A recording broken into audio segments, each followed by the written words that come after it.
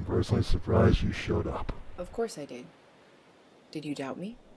Akira Yukimura. I'm glad you were able to make it. Quite the view, isn't it? Yes, it is. It's quite nice. So tell me something, Akira. What is it that you want in life? I'm not sure. Everything I knew about the life that I once lived, it was all a lie. It was all a fabrication. I don't know what I want. Everyone desires something, Akira. Even you. What do you desire, Malachi? What I desire? I guess what I desire is to have everything back that was once mine. And how do you plan on achieving that? Do you have a plan? A strategy? Or do you plan on going in blindly, taking it all by force? What path do you wish to take?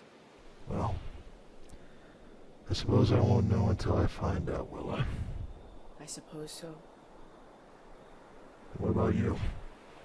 What will you do? How will you achieve your goal? I don't know. I don't even know what my goal really is. I suppose there are a lot of goals that I have. What is my legacy? What is my purpose?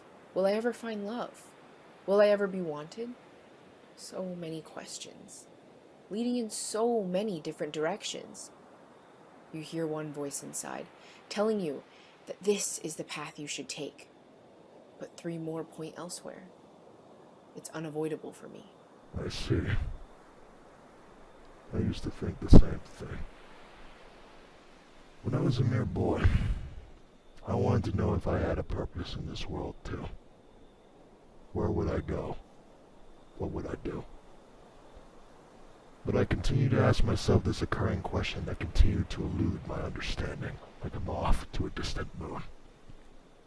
But through all of that, everything that has happened to me, I have found a new purpose, a new understanding. I found hope when I needed it the most. If I told you all of the stories of the way my life has gone, how I've died and come back so many times, the many people that shunned me, ridiculed me, tossed me aside, left me for dead, you wouldn't want to be around me. A monster without a soul, a demon without a heart. That has been my life, and there's not a thing on this planet that will change it now. We all have our demons, Akira. We all have stared into that abyss. Some of us having the strength to overcome this truth, others being succumbed to this harsh reality. We all have to learn to accept this truth and rediscover the light with new understanding. It took me a long time to grasp this truth.